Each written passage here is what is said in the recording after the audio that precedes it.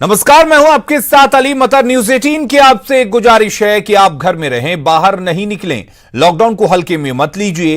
इस वायरस को हराने का यही एक सबसे बेहतर तरीका है, इसलिए घर पर रहिए, सुरक्षित रहिए और दूसरों को भी सुरक्षित रखिए। और इस वक्त बात करेंगे बड़ी खबर की।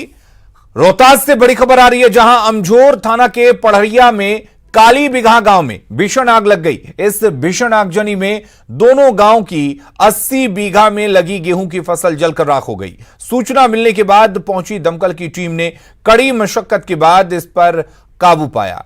बताया जा रहा है कि लॉकडाउन के कारण मजदूर नहीं मिल पा रहे थे, जिसके कारण फसल अभी कटी नहीं थी। और हमारे साथ अजीत जुड़े हुए इस खबर पर ज्यादा जानकारी के लिए। अजीत, आखिर ये आग कैसे लगी?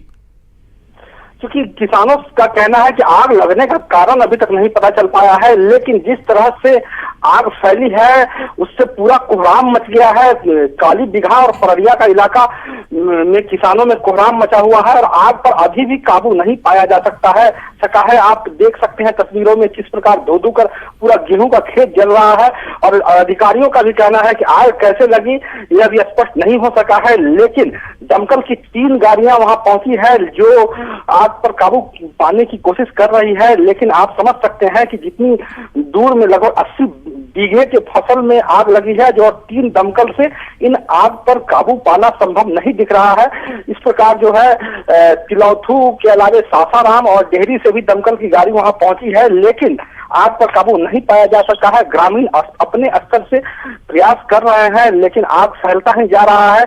पड़रिया से जो आग शुरू हुई वो काली बिघा तक पहुंच गई है और उसके बाद अमझोर का जो इलाका है वो उस ओर बढ़ रही है। तो ग्रामीण अपने स्तर से इस आग पर काबू पाने में लगे हैं। अजीत, तस्वीरों में साफ दिख रहा है कि आग काफी भयंकर है, तो क्या दूसरी जगहों से भी दमकल की गाड़ियां मंगाई जा रही हैं? क्योंकि ऐसे अगर आग पर काबू नहीं पाया गया तो कई बीघों में लगी ये फसल पूरी तरह से जलकर खाक हो जाएगी।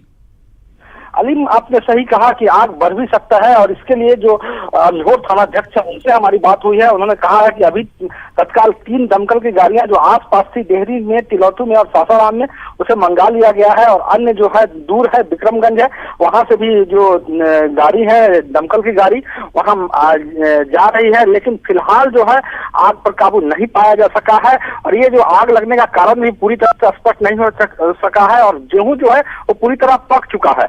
स्थिति ये हो गई है कि जो हवा चल रही है उस तेज हवाओं में लोग कहते हैं कि गेहूं के दानों में घर्षण हो रही है और संभवतः उन घर्षण से भी आग की चिंगारी निकल सकती है। तो इन तमाम बात है जो बाद में स्पष्ट हो पाएगी, लेकिन फिलहाल आग पर काबू कैसे पाया जाए इस पर सबका ध्यान है। और धू धू कर पूरा खेत जल रहा है, आप तस्वीरों में देख सकते हैं।